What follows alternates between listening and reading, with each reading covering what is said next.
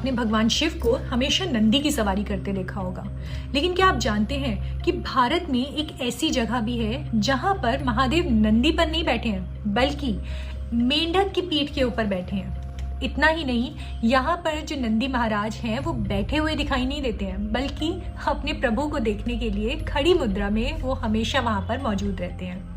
कहते हैं इस मेंढक मंदिर में मांगी गई कोई भी मुराद जरूर पूरी होती है और भक्त यहाँ से कभी भी खाली हाथ नहीं जाते। तो चलिए जानते हैं कि आखिर ऐसा क्या कारण है कि एक राजा को मेंढक के ऊपर मंदिर बनवाना पड़ा। कहानी जो है वो करीब 200 साल से भी ज़्यादा पुरानी है। उत्तर प्रदेश के ऑयल रियासत की वहाँ के राजा जो थे वो बहुत प्रतापी थे।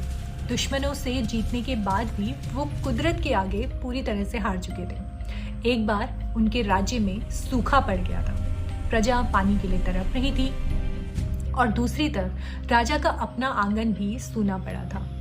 उनका कोई पुत्र नहीं था जो आगे चलकर उनकी गद्दी संभाल सके, उनकी रियासत को बढ़ा सके। राजा पूरी तरह से टूट चुके थे।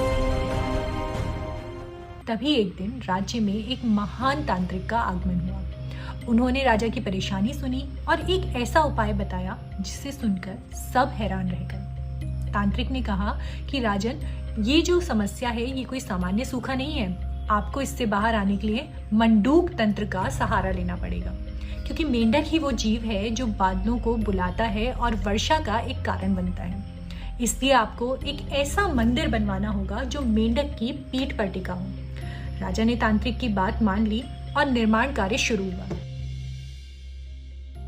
लेकिन जानते हैं, इस मंदिर के बनने में सीमेंट या चूने का इस्तेमाल नहीं हुआ है, बल्कि इस मंदिर को मजबूत बनाने के लिए पत्थरों को उड़द की दाल और गुड़ के पेस्ट से जोड़ा गया है।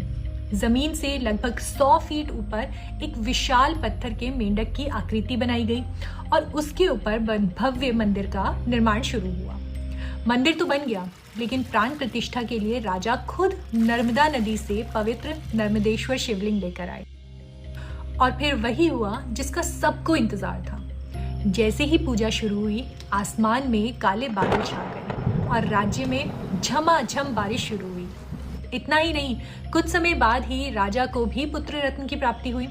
तो आज भी यूपी के लखीमपुर खीरी में ये मंदिर जो है वो शान से खड़ा है और इस अद्भुत मेंढक मंदिर पर महाशिवरात्रि और दीपावली पर भारी भीड़ रहती है। और मान्यता है कि यहाँ पूजा करने से आपकी सभी मनोकामनाएं, चाहे वो कैसी भी मनोकामनाएं हों, वो जरूर पूरी होते हैं। तो आप भी भगवान शिव के इस अनोखे मंदिर में जहाँ पर वो मेंढक के ऊपर विराजित हैं, जरूर जाइए और दर्शन कीजिए और कमेंट में मुझे अपने एक्सपीरियंस जरूर शेयर कीजिएगा।